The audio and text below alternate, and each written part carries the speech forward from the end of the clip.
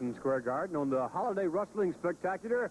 Scheduled to appear will be 6 feet 9 inches of the Big Cat Ernie Ladd, opposing Larry Zbyszko. Scheduled as well in the 6-man tag team match, the threesome of Ivan Koloff, joining forces with the Yukon Lumberjacks. Their opposition, the American Dream, Dusty Rhodes, returning to the squared circle, joined by Dino Bravo and Dominic Danucci.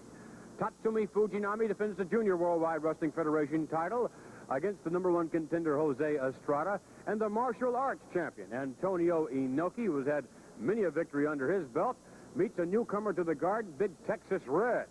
Notwithstanding the presence of the NWA World's Heavyweight title holder, Harley Race, making his very first appearance in the Garden, meeting a most determined #1 contender in Tony Garea.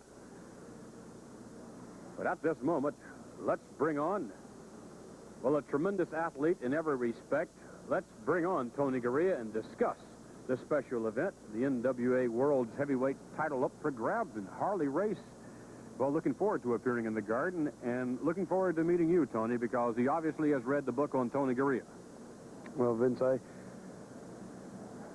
don't have enough respect for this man as a wrestler. He is one of the finest wrestlers I've ever seen. And where it's going to be difficult for me, Vince, he does not only have one finishing hold, he has several of them, and it's going to be tough. I have watched him wrestle. I've watched tapes on him.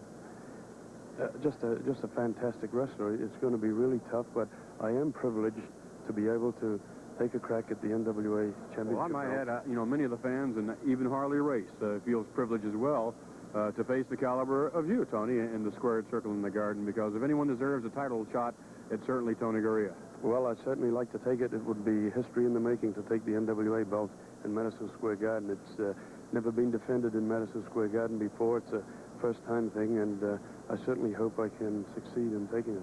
Thank you very much. Thank you. Tony Garea. Now, ladies and gentlemen, let's make reference to the title match on the card, if you would.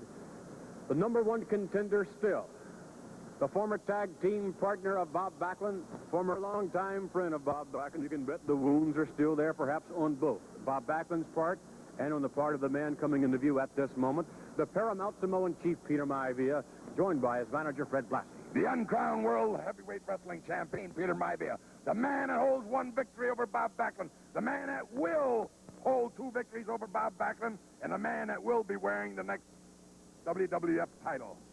Right here he stands, Chief Peter Maivia, who will be the next World Heavyweight Wrestling Champion. It's going to be a different Bob Backlund than you saw in the previous encounter, because Bob Backlund readily admits that his anger got the best of him. Indeed, perhaps the best of his judgment, in that he went after Mr. Maivia in Mr. Maivia's type match. But this is not likely to happen in the return match. Bob Backlund, let me tell you right now, you're yellow, gutless, you got no guts, no ability, no class whatsoever. And I guarantee you're going to make another wrong move in there, because I know what you're going to try to do next.